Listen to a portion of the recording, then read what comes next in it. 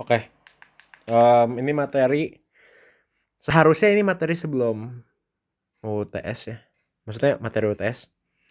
Nggak tahu ya materi PID masuk atau enggak ya. Kalau zaman aku dulu PID masuknya ke UAS. Jadi ini materinya namanya kriteria kestabilan root. Simpelnya gini. Selama ini kita cara menentukan kestabilan itu dari pole system ya. Jadi selama ini kan kita nentuin stabil dari pole. Lihat nilai realnya kan itu positif apa negatif.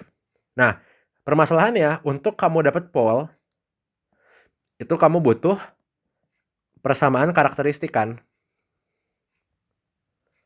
Nah, permasalahannya belum tentu semua persamaan karakteristik itu gampang untuk diselesaikan.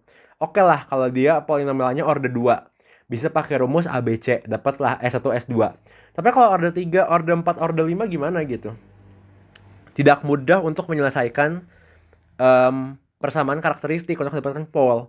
Oleh karena itu ada metode namanya kriteria kestabilan root untuk menentukan apakah sistem itu stabil atau enggak berdasarkan persamaan karakteristik, tapi kita nggak perlu menyelesaikan persamaannya. Kayak gitu. Oke? Okay? Nah, caranya gimana? Pertama, perlu diingat persamaan karakteristik pada fungsi transfer itu adalah polinomial pada bagian denumeratornya.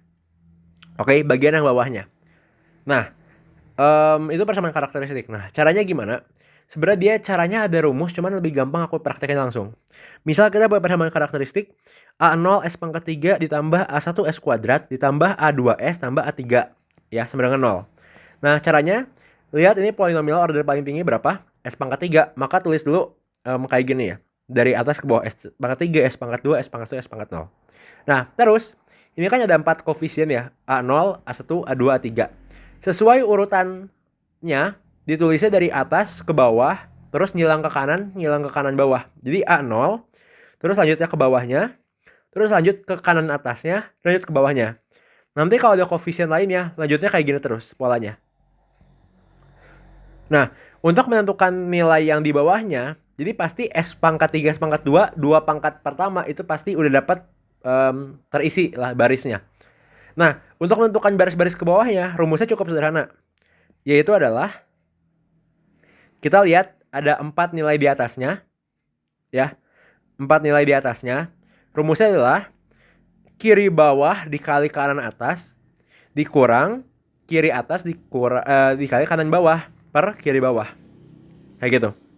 Nah, kalau misalnya dia punya banyak konstanta, contohnya ada 4, A5, nah maka untuk mengisi baris yang di sini, itu rumusnya jadinya tetap kiri bawah sama pojok kanan atas. Jadi kiri bawah kanan atas kanan bawah. Dibagi sama kiri bawah, oke? Jadi caranya sama. Nah, habis itu yang paling bawah, itu sebenarnya caranya sama. Cuman kan di sini dianggap 0. Berarti kan jadinya apa tuh? A1, A2 min A0, A3 per A1 dikali A3 dikurang 0 per A1, A2 min A0, A3 per A1 kan.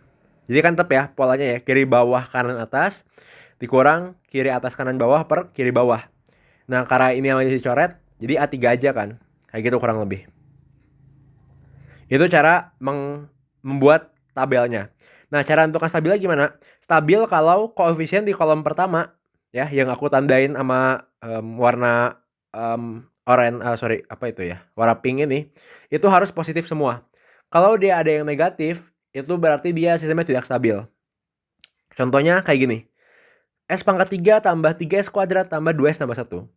Pertama tulis 1, 3, 2, 1. Lalu yang di bawah kirinya pakai rumus tadi. Kiri bawah dikali kanan atas dikurang kiri atas dikurang dikali kanan bawah per kiri bawah. Yaitu menjadi apa? 6 dikurang 1 per 3 atau 5 per 3. Nah, yang paling bawahnya jadi jadinya kan sama kayak si nilai yang di kanan ini kan. Ya berarti 1 gitu. Nah, karena di kolom pertamanya itu kan nilainya 1 gitu ya. 3, 5 per 3, 1. Berarti kan dia positif semua. Nah, karena positifnya semua berarti sistemnya stabil.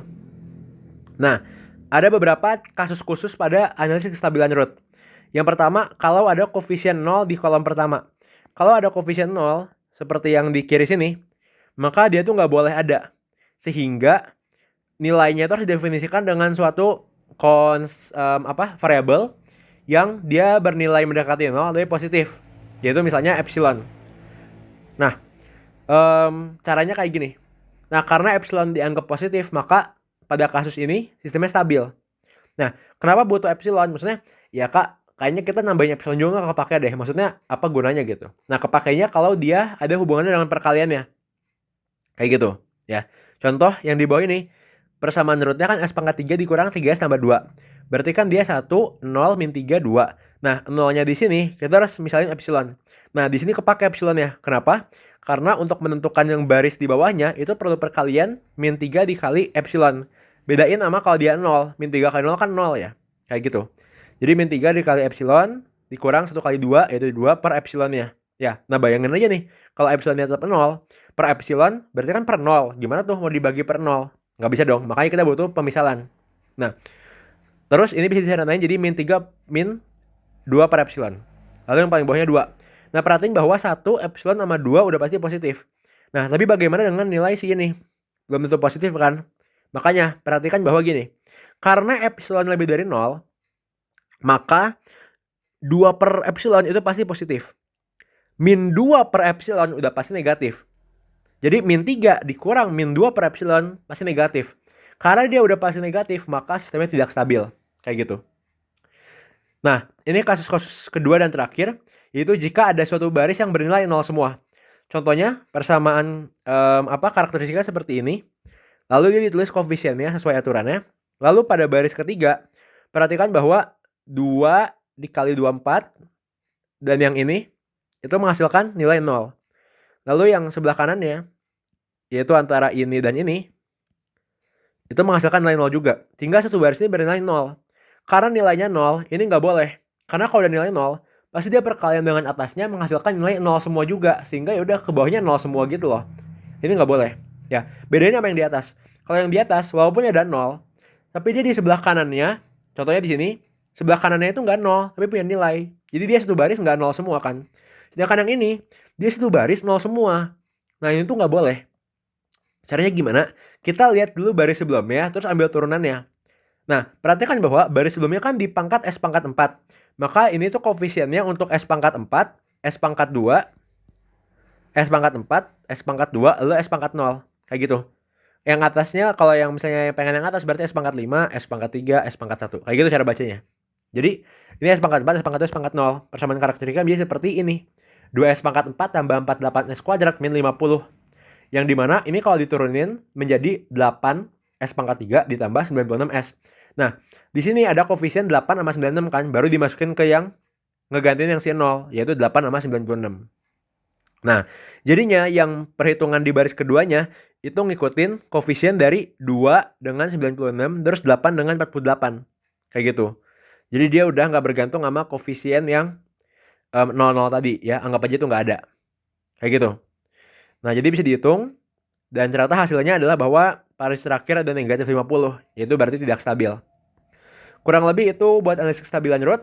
Buat contoh soalnya, ini yang numerik. Sebenarnya bisa jadi contoh soalnya adalah kamu menentukan suatu nilai koefisien pada persamaan karakteristik agar sistemnya stabil. Nah, itu contoh soalnya mungkin keluar. Dan kalaupun keluar, akan kita bahas juga di tutor. Jadi tutor nanti kita bakal bahas tipe soal yang kayak gitu. Tapi setidaknya pada video ini diharapkan kalian udah mengerti cara menganalisis kestabilan root. Pertama mulai dari tujuannya gimana. Terus caranya yaitu metode yang tadi ditaruh dulu koefisiennya pada nulis dulu S pangkat 4, S pangkat 3 dan kawan-kawannya. Nulis koefisiennya, terus perkalian silang-silangnya dan bagi-bagi itu. Dan kasus-kasus khususnya. Kayak gitu. Oke, thank you udah nonton ya.